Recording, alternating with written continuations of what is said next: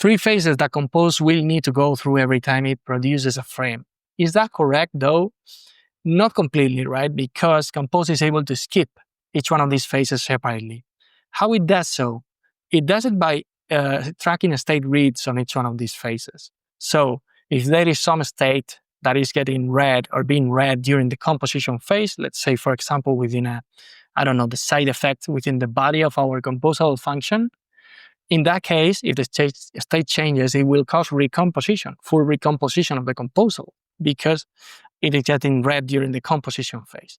But if the state is read during the layout phase, for example, in a custom layout modifier, for example, to decide about the size or position of the actual element, then it will only cause recomposition or re-execution in this case, or invalidation of the layout phase. And maybe also the drawing phase, right? We'll need to re-execute again because the layout is going to, have a different size or a different position.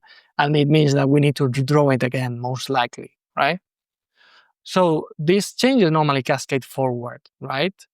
And then finally, if we read some state from the drawing, custom drawing modifier, let's say, for example, within a draw with content modifier, that will cause, if the state changes, of course, it will cause the drawing phase to run again on that composable, but not the layout phase or the composition phase, right? So this is the important part here. Any of these phases can be skipped separately. Any of these phases can re-execute also separately, okay? What else do we need to know? So is it true that Compose runs each one of these phases to produce a frame and on every frame? No, that is not true. Compose is smart enough to skip phases separately. So that's pretty much it.